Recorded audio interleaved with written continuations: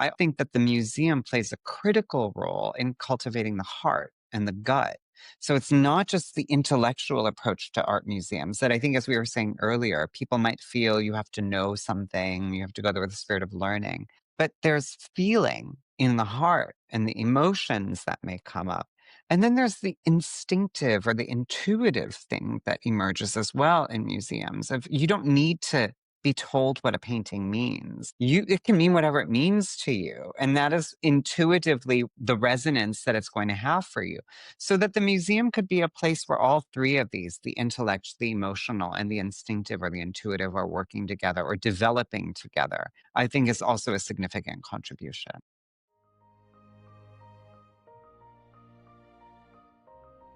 Hello, friends. It's Donnabelle, your host of To Hum is Human, the podcast where we explore the transformative power of tuning into our intuition to help us express our passionate purpose. I'm so grateful you're here. In this episode, Leading with Light, Redefining the Role of Museums, we'll explore how museums can evolve from spaces of observation to spaces of participation, and how leading with light can help us all reconnect with what's sacred in seeing.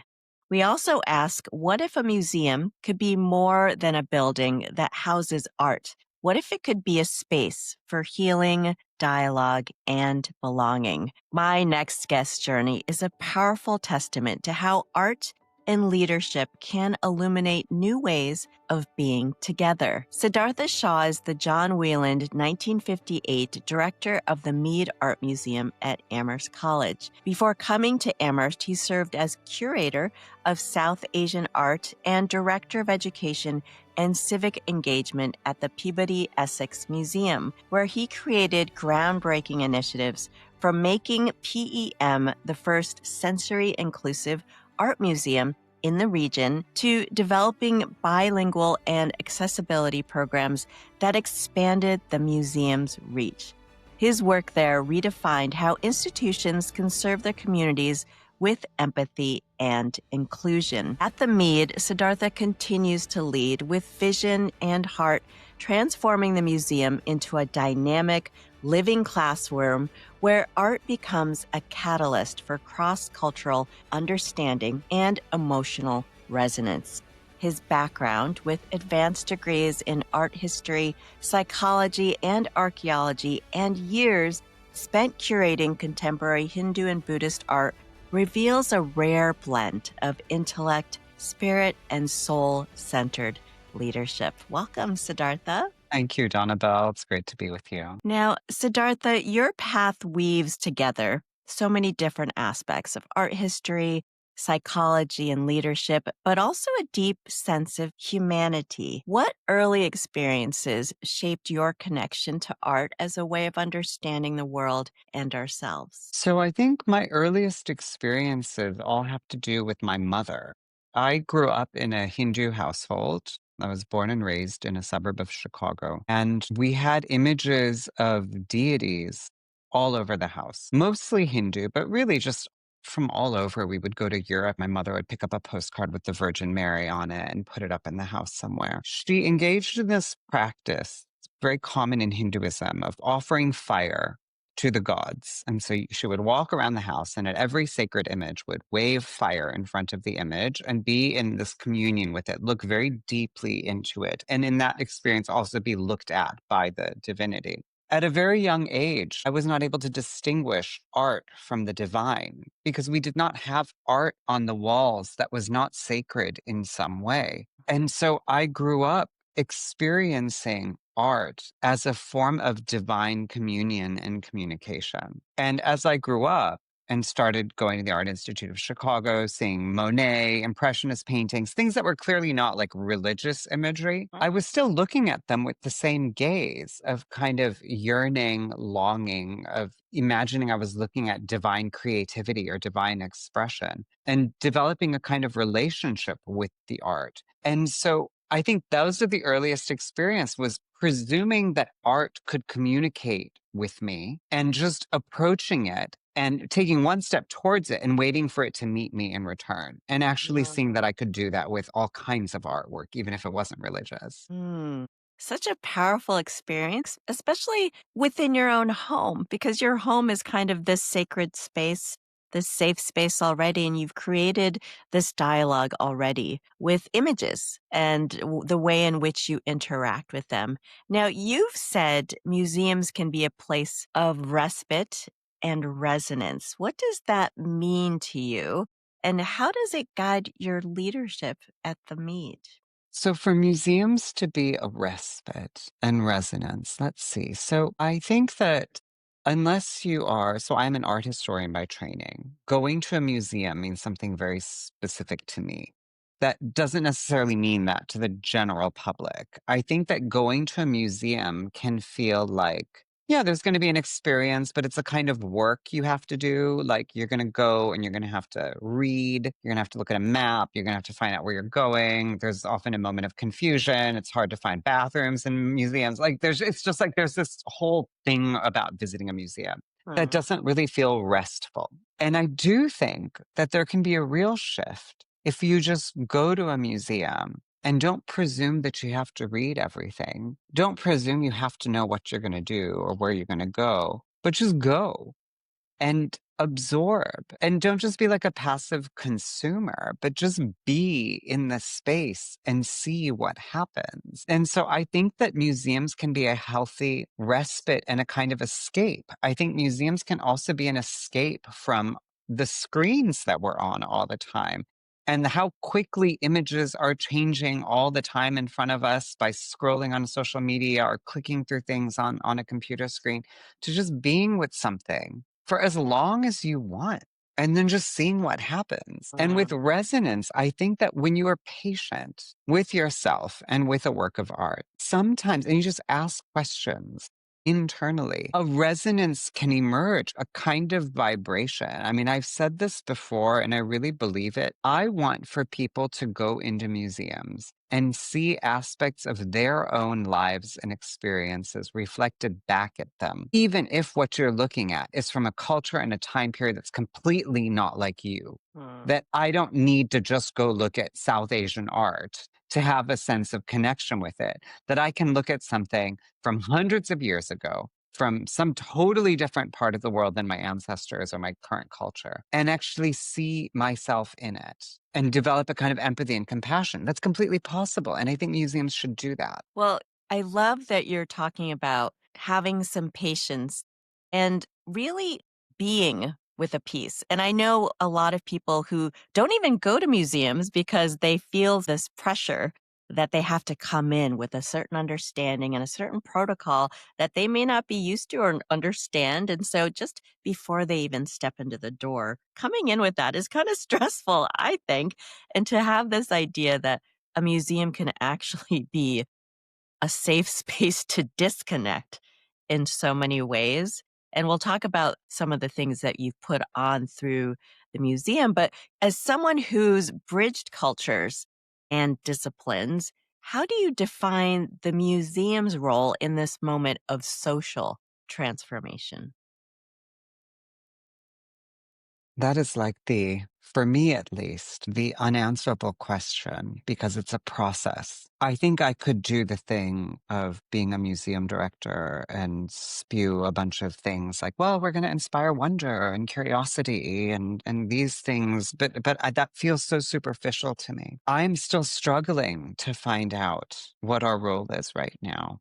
I say this a lot too. I come from a medical family and I never studied biology because I faint at the sight of blood and I didn't want to dissect anything. But I know that my father was doing surgeries on people and saving their lives. He was healing people that were really in very dangerous, painful moments of their lives. I, as an art historian or as a former curator or as a museum director, what I'm doing is not at all like that. And yet I know that what I do has tremendous value and makes a significant contribution to society. What that is, I still struggle to answer. And I even imagine I can see years from now, I won't be able to answer that authentically. Mm, But what does come to mind is that art is really hard for people to talk about, unless you're an art historian. Even for art historians, it's hard to find the words. But it's hard to talk about what you're seeing, what you're associating with it,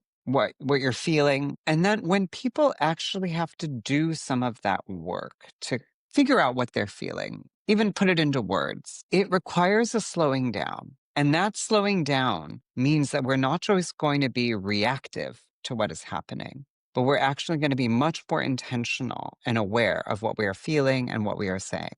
And I think that slowing down and really thinking about what we are feeling and what we are saying is critical to developing a healthier, safer, more equitable world for us to not just react, but to take time to think and feel and find the words. So maybe that is one of the things that the museum has the potential to bring to society right now. So well said. But I have to go back because I understand that your family's in the medical field.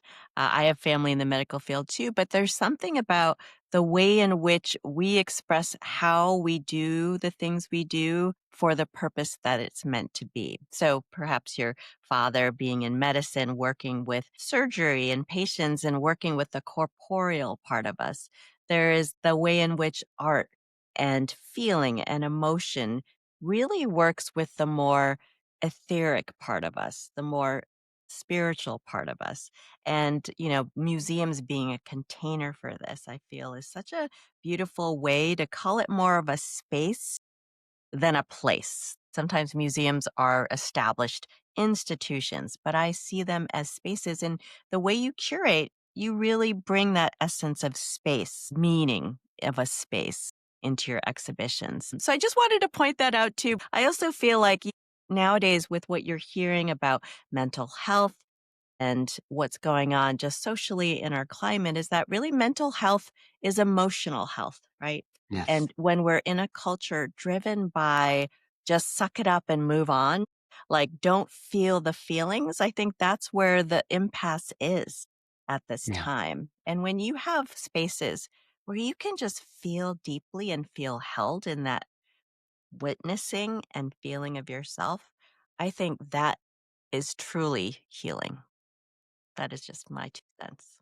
Yeah, so on that note, I do think, I mean, it's one thing being at a museum, at an art museum that's on a college campus where I'm at right now. And we think of colleges as places where people develop their intellect. It's a lot of, I mean, that is the point of school. It's like intellectual development. But then there's also social development that happens in a school and a sense of community, friendship, needing to communicate. Then there's emotional development because we're all human and we are going through emotions regardless of whether we're at school or not at school. And so, given that, I think that being at a college, while the emphasis is on the intellect, the head or the mind, I also think that the museum plays a critical role in cultivating the heart and the gut. Mm, So it's mhm. not just the intellectual approach to art museums that I think, as we were saying earlier, people might feel you have to know something, you have to go there with a spirit of learning, but there's feeling in the heart and the emotions that may come up. And then there's the instinctive or the intuitive thing that emerges as well in museums of you don't need to be told what a painting means. It can mean whatever it means to you. And that is intuitively the resonance that it's going to have for you. So that the museum could be a place where all three of these, the intellect, the emotional, and the instinctive or the intuitive, are working together or developing together, I think is also a significant contribution. Ugh, well, oh gosh, that's exactly why I asked you to be on the show. Because essentially, when we are tapping into that part of ourselves, we're understanding our place in the world, right? We're understanding our place in just even being an observer and a participant in what you are putting out there in the museum to experience. And, most often museums are traditionally thought of or seen as places for preserving the past, but you're helping reimagine these spaces as places for dialogue and healing. Like, I really do feel like the space is also for healing and belonging. How do you approach that when you are putting together an exhibition? So when we're working with historic material, you'll have exhibitions of historic work, exhibitions of contemporary work, exhibitions that are thematic, that are integrating the historical and the contemporary. They can require different approaches. I think for me, I have tended to want to break down the barriers between the historic and the contemporary and find an integration of them. Whereas if we talk about preserving the past, well, there's different approaches to that. There's one kind of preserving the past, which is that it can never change, that it must just stay fixed. And then there's a preserving the past, which is preserving the message, preserving the integrity of the object, but not necessarily its context at the time, really bringing the past in conversation with the present. I mean, it's quite abstract as I talk about it, but I think when you're doing an exhibition and you want it to be something that people can connect to deeply, it helps to make people feel like they are connected to a long history of something of the past and that they are active participants in that continuity of it moving into the future. So, what is an example? Because I want to make it not so abstract. When I had curated the South Asian galleries at the Peabody Essex Museum in Salem, Massachusetts, there was one gallery that was focused on historic material, mostly India in the 19th century. And then the other was more modern art, India in the 20th century to today. And I didn't want the past to feel stuck in the past. And I didn't want the modern to feel super futuristic. And so there was a way in which I wanted the historic material to say, this is how outsiders looked at India in the 19th century. This is how stereotypes were developed. And for people to recognize that those stereotypes still exist about India, that were formed under a colonial regime and hundreds of years of occupation. But that moving from that, this is how the outside is looking at India historically, to this is how Indians are looking at themselves today. And actually dancing with this history of colonization in a way that's not a complete rejection of it, but understanding that our identities today come from a colonized past. This is why we speak English. There's a shadow side and there's a light side to this too. So bringing the past and the present and the future into conversation with each other, I think is one way that the visitor kind of enters a stream of history and then moves along with it. Hmm. I love that it's still moving forward and along with it, Yes. because I was just going to ask you about that because, you have done so much reframing around the South Asian art history, and through the post colonial and contemporary lenses, you're really navigating that tension between honoring history and creating new, liberating narratives. And I say liberating is because it also allows people now to integrate what that means to them here and sort of reflect on their own perspectives of what they're looking at and why they're looking at it in a particular way. That in itself is a great way for people to just understand what looking is or what seeing is. Now, can you share a story? Because I know you've had programs where you've created programs that center really on emotional well being and accessibility and cultural inclusivity. Can you share a story where you saw a visitor or student light up in a way that reminded you why this work matters? Well, there's two that are arising at the same Mhm. time. I Tell them will both. Tell them both. Okay, I will. I will. The first was so I had installed this gallery of modern Indian paintings, and the city of Salem in Massachusetts has a significant Dominican and Puerto Rican population, and very little art of the Caribbean in the museum. If you are of a Caribbean background, you don't directly see much of yourself represented. And seeing a group, like a group of friends, maybe 3 to 5 of them, I can't remember, but high schoolers walking through the South Asian galleries. And they were Caribbean American residents of Salem. I don't know if they were Dominican or Puerto Rican, and they were just really excited by the work. And I went up and started talking to them. And they were just like, I haven't seen so many brown bodies in paintings. And it didn't matter that they were looking at South Asians. They themselves were like, wow, they were feeling seen. And Mm. in addition, it started this conversation of seeing that older man with the child on the bicycle in this painting reminds me of me with my grandfather talking about visiting family in Puerto Rico or the Dominican Republic and seeing that, again, as I said earlier on, they were seeing their lives reflected through art that was totally not of their cultures.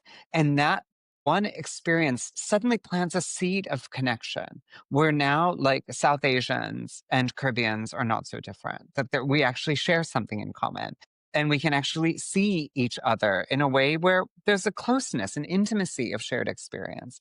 So that was really, really special for me. In fact, there's an audio tour at that museum that is guided by a former colleague of mine who was Puerto Rican, doing her version of the South Asian galleries. So not even talking about India, but talking about what her experience as a Puerto Rican woman is seeing this work.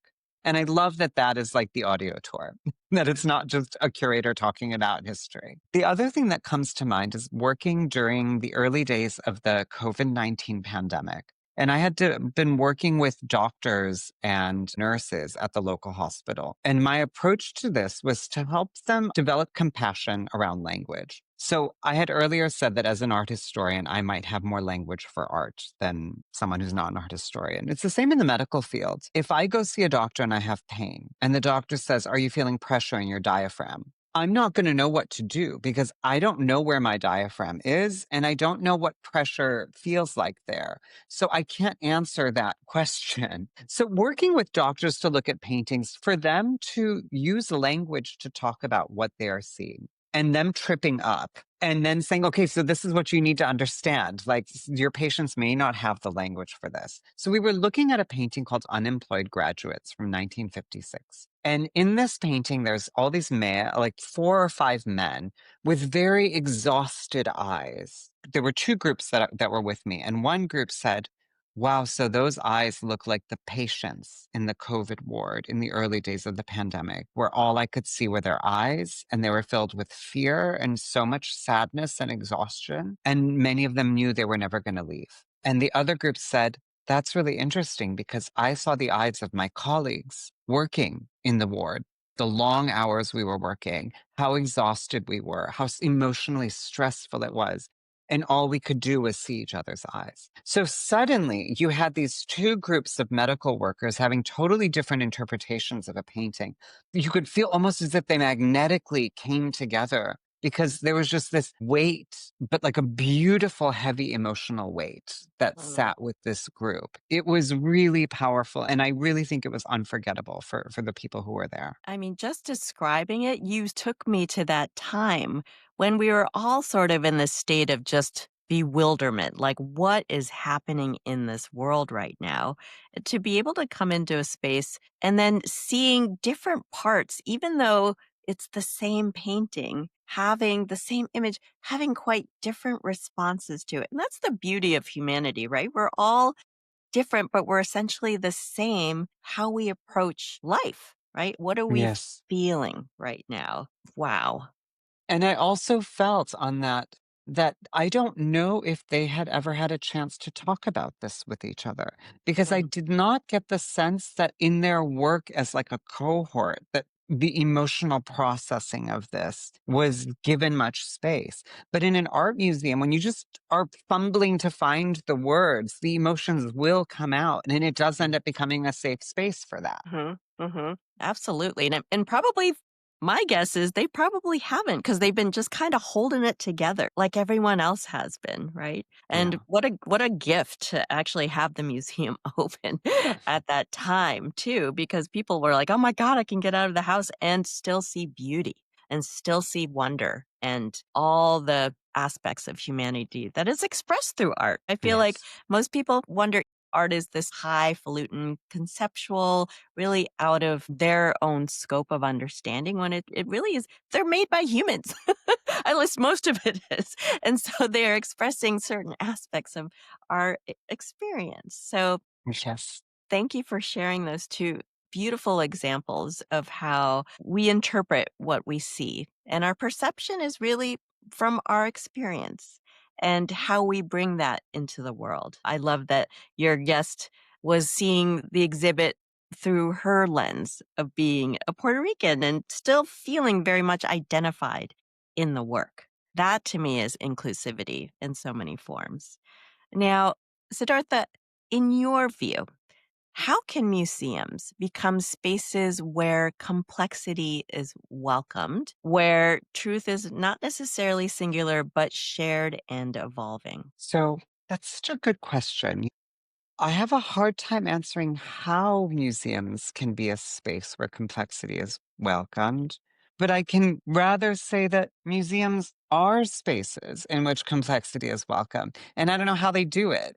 And I think the thing is because history is complicated. The present is complicated. Most any object you take from history, even if it's a representation of really sad, tragic work, like a tragic subject, will also be imbued with beauty. I'm thinking of The Raft of the Medusa, this famous Mm. painting by Géricault, which is just like of a tragedy. I mean, it is such a tragedy, but it is awesome in its representation. And it was celebrated as a painting.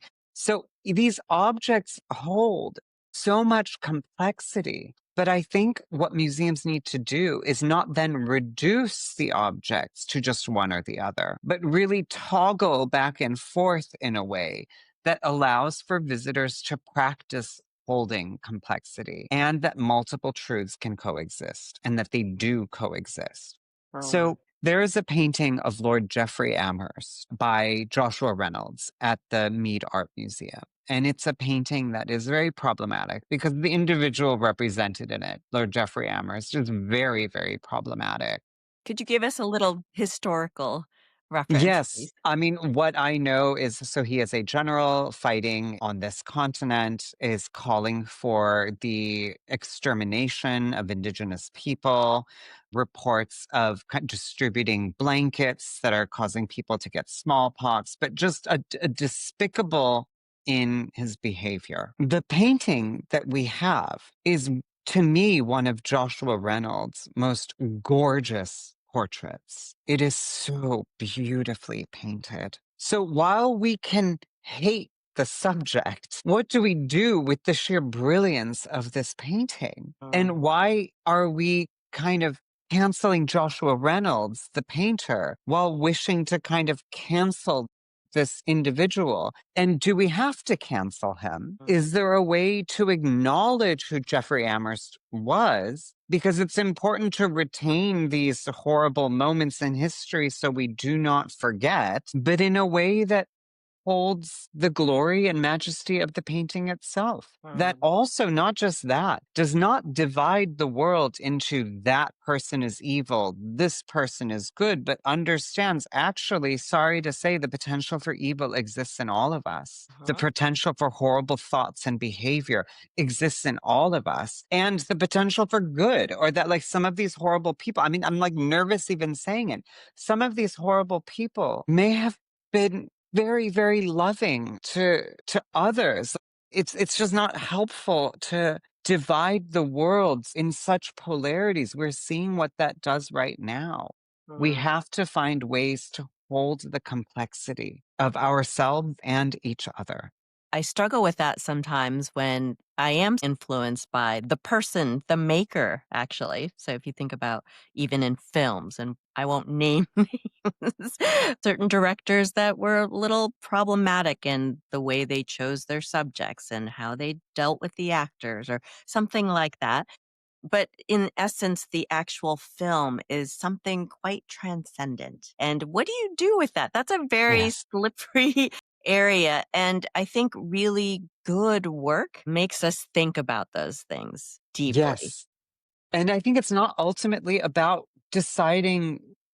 Okay, now, yes, I've concluded that they are bad and all of this is bad. It's actually in that tension of what do I do with this? I'm also thinking of I won't say names, but a very, very important popular television show that families around the country would watch and love for years and years and years. And what an affirming, positive television this show was about representing a particular community and identity in the United Mhm. States, and then finding out that someone in that show is incredibly problematic and is just done horrible things. But that show was so important and left me with so many positive feelings. Can I Mm, hold this complexity? Can I mhm, hold the fact that I kind of feel duped? And mm. what am I going to do with that? And yet I loved that show.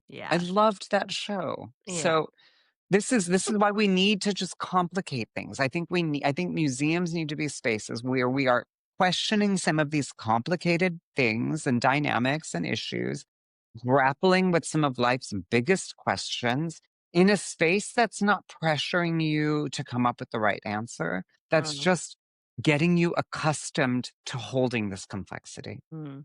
And really asking questions. Why all of a sudden am I feeling this tension? Where's that tension coming from? And it really Yes. brings you inside of your own thinking, but then it also says, well, where did that thinking come from? Was it just me or was it other things? My lineage, what I inherited, my environment. There's so many more aspects. We're so complex as humans that it Yeah. just makes sense to express this complexity through all the things that you show in your museum and other museums as well.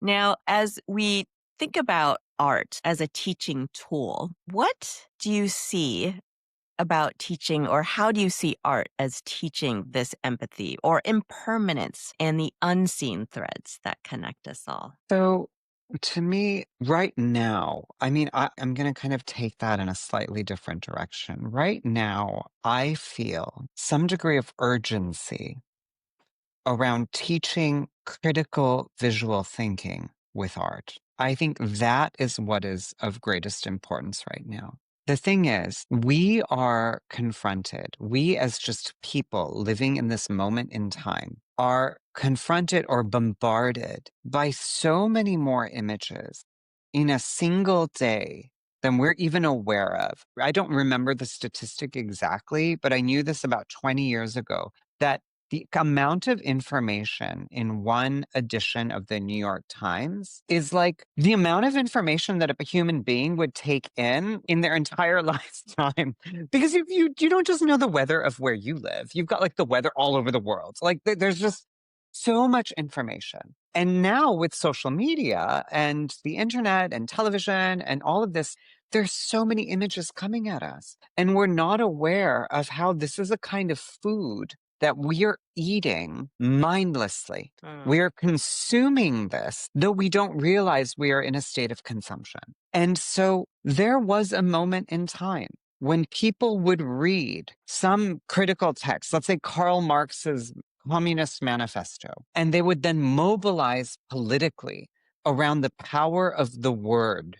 I think we're not in that moment right now. I think that we are deciding what our political views are, how to spend our money, what love looks like, what relationships look like, all of these things based on the images that we are seeing and the narratives that other people are attaching to those images for us. mm, And those are dictating all of these things, how people vote, how we treat other people, what we think love and sex is, what we think money is, all of these things. So if we don't develop skills to think critically about these images, to actually slow down and be like, that's not real. No, that is one way of interpreting what this image is, but that's not necessarily what's going on. There is an urgency for museums to be spaces that are teaching people to be critical about images. And I really mean there's an urgency, and that is the mm, primary tool, the way that art can be a teaching tool right now, and the narratives that are being presented. I want people to come into the museum and not just question the work they're looking at, but really question the narrative that even we are putting out. mm. They need to Now, practice that. that's bold because I have to say, most people who probably go to museums or galleries are in there to consume. They're there to, well, they put these things together. There must be a good reason, and I should just accept what's being presented here. And when you're actually asking them to question your own curation, that's a bold request, I think, that most museums aren't necessarily doing. But now, as I see, the trend is more are really questioning how Yes. museums are putting things together. So a few years ago, I was a part of a study. We were looking at thousands of responses from across the country, but there was even like several thousand from the state of Massachusetts. And seeing that the public generally places a lot of trust in museums, that They trust what they are being told in museums. All of that is very affirming as a museum professional. However, behind whatever you are reading, there are still very few voices. You will have a curator's voice, but you might not have the voice of someone who's actually from that cultural group where that object is being presented. So you're getting one version of reality, but you're not getting like the full story. And I don't necessarily want to cultivate or nurture distrust in museums, but I do think questioning is healthy. And I do think that we should not kind of mindlessly, like I was saying, we're just mindlessly consuming images all the time. I don't think we should just turn off the ability to question and just read what museums say and be like, oh, okay, well, that's what it is. We have to be a ground where questioning respectfully the narratives that we are being presented with is a good thing. Mm, Which voices are not getting space here right now in a museum? Whose art are you not seeing? Why do mm, you think that is? Is it mm, just because the museum is a horrible entity? Or is mm, it that, well, it's actually hard to find art from those communities here? Or mm. like maybe they don't have those connections. How can I support building those connections? These are just questions to ask. I have to say that sort of critical thinking has dwindled, I think, a little bit, unless you're thinking about ChatGPT on the other hand. But then you're always also like, well, don't let ChatGPT do the research for you. Like, actually, you do the research and look and see what the options are. So I feel like how you put things out there as a way for people to just think, not just look, but think in ways and then feel. Look, think, Yes, and feel. What does that whole conglomeration of expression feel to you? And I think with all the scrolling and sort of technology, which is just part of sometimes modernization, everything's just faster. And to ask people to pause is almost like, don't ask me to pause. I'm busy here. I've got to go. Like, I've got to get to this thing. So it's almost like, how do we step back a little bit? Because when we step back is how we actually see perspective. When we're so close up to our phones and we're so yeah, close up, it's really hard to get a wider view of context, of history, of representation, of what's not here in front of me versus what's here in front of me. So many beautiful and inspiring questions to ask of just being here in this space, in this place right now. totally. And I have to say on that note, like words fall short with art. So even when you like do what I do and like work in this world, the words are just not right for art. So I think we use words like I use words like slowing down. But the thing is, it's like I'm not a slow person.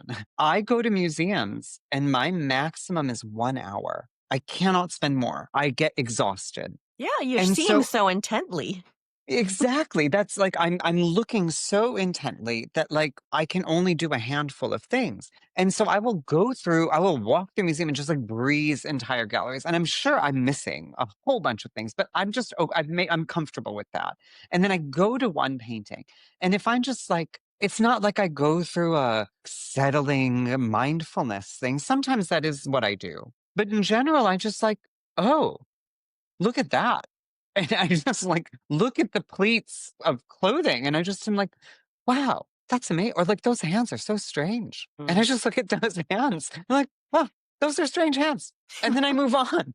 But somehow it does something for me. I'm just like, I'm inspired. I'm excited. I'm like, well, those hands are strange. I don't have anything else to say about it, but I find those very interesting. Moving on. And that's really fulfilling to me. I'm also the same. I only have a limited amount of attention that I can bring. But you know when something's touches you, when it stops you in your tracks. There's something there that just pulls you.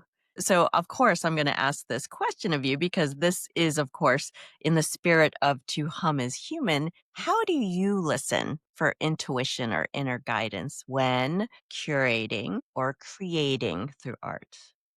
So I often find myself in a state of stuckness, and that stuckness will be because I can't decide one way or the other. So it's some form of that. Like I was speaking earlier about polarizing.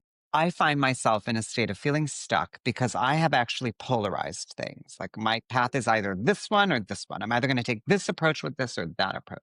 And as I sit in that stuckness, I do try to stay there for a while, though it's extremely uncomfortable. And in staying in that stuckness and kind of getting stressed about it and trying to mentally work my way out of it, often a totally unexpected third possibility emerges. And that is often the path I take. And that, I think, is how my intuition expresses itself. The metaphor I have right now, this is so horrible, but I'm just going to go there, is when you're feeling nauseous and then it just starts building and you fight it all you can because it's such a gross feeling and you just don't want to vomit. And then you finally do vomit and you kind of feel better afterwards. And it is that. It's like the tension. I hate this. I hate this. I hate this. And then it's out and you're like, oh gosh. Oh yeah. That was like so much better. That's what my intuition feels like. Well, that's literally using your gut. Yes, it is. That's It pretty is. funny And surrendering finally, just like and let it surrendering. go. Yeah. Well, and also too is just trusting whatever is supposed to happen is supposed to happen. Like it'll actually be all right. It'll make its way through. This episode is also titled Leading with Light. What does leading with light mean to you on a personal level?